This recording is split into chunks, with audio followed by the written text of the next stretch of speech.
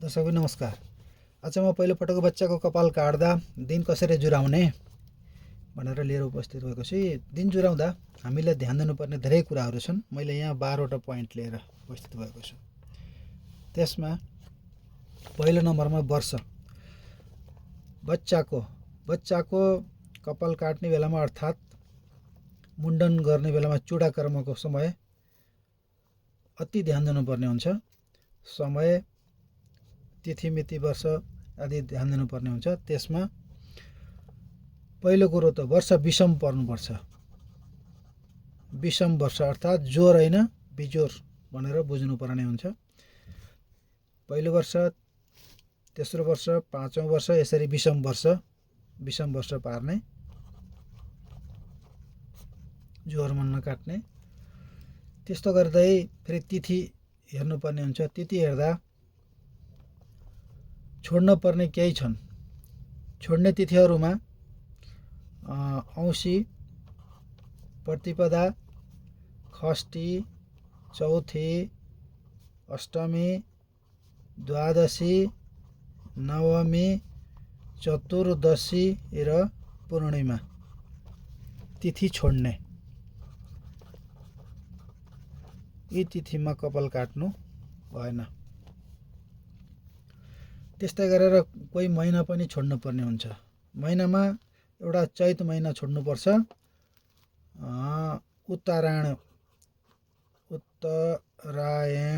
भएको समयमा कपाल काट्नु। उत्तरायणमा काट्ने, तर चैत महिना छोड्नुपर्ने हुन्छ। चैत्र महिनामा हुँदैन। त्यस्तै किसिमले बार पनि ख्याल गर्नुपर्ने हुन्छ। बुधबार, सोमबार, त्यसपछि गएर बृहस्पति अर्थात् बिहीबार अर्थात् गुरुबार र शुक्रबार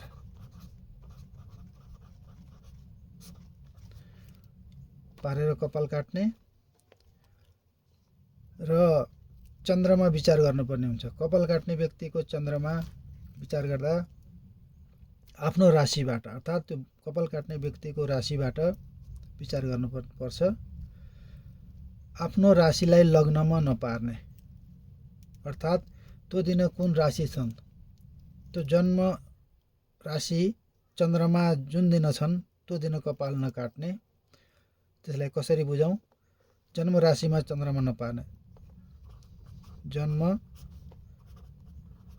राशिका चन्द्र नपार्ने।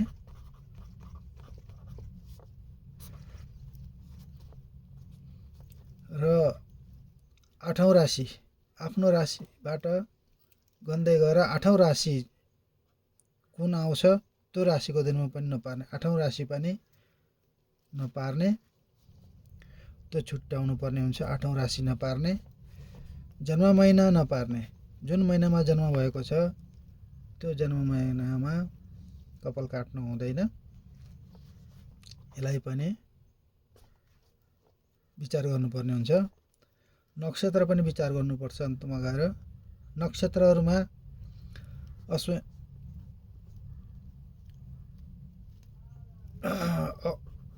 अश्विनी, ज्येष्ठा, रेवती, चित्रा, स्वाति, मृगशिरा, त्यस्तै गरेर श्रवण, धनिष्ठा, शतभिषा, हस्ता, तिखे, अभिजित पनि पार्न हुन्छ। अभिजितलाई अहिले साइडमा राखौँ। र दुखे, यी नक्षत्रहरूमा कपाल काट्न हुन्छ। र क्षणचन्द्र भएको बेलामा काट्नु हुँदैन। क्षणचन्द्रमा नकाट्ने। यसमा काट्नुहुन्छ र क्षणचन्द्रमा नकाट्ने, यसरी बुझ्नुपर्ने हुन्छ। क्षणचन्द्र भनेका जस्तो औँसीका नजिक चन्द्रमा क्षण हुन्छन्, त्यस्तै किसिमले पर्व नपार्ने, पर्व पनि पार्नु हुँदैन। पर्व भनेका औँसीलाई पनि पर्व भनिन्छ, पूर्णिमा पनि पर्व माथि बताइएको छ। औँसी पूर्णिमा मैले माथि तिथिमा लेखिसकेको छु। यी पर्वहरू नपार्ने, अष्टमी पनि नपार्ने, माथि यो कुरा माथि मैले बताइसकेँ। त्यही क्रमले अब क्षणचन्द्र छन् भने तिनलाई बार्ने मैले यहाँ बताइसकेँ। र अष्टम शुद्धि गरेर, आफ्नो राशिबाट अष्टम स्थान शुद्धि गरेर अष्टम शुद्धि गर्ने। त्यसपछि लग्न पनि विचार गर्न सकिन्छ। लग्न भनेको सबभन्दा बढी यी माथिका महत्त्वपूर्ण र लग्न विचार गरेर पनि कपाल काट्नुपर्ने हुन्छ। र लग्न शुद्धि गर्दा लग्नमा सकेसम्म मिथुन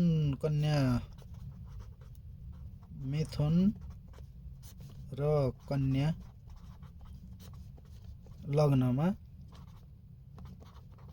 लग्न पार्ने, सकेसम्म मिथुन र कन्या लग्न पारेर कपाल काट्नुपर्ने हुन्छ।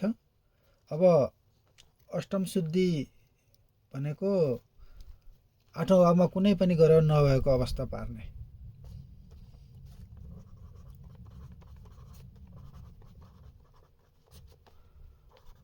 कुनै पनि ग्रह नभएको अवस्थामा यसरी बच्चाको कपाल काट्नुपर्ने हुन्छ, अर्थात् चूडामुण्डन कार्य गर्नुपर्ने हुन्छ। हस्त अब आउँदो अर्को भिडियोमा आजलाई यति नै।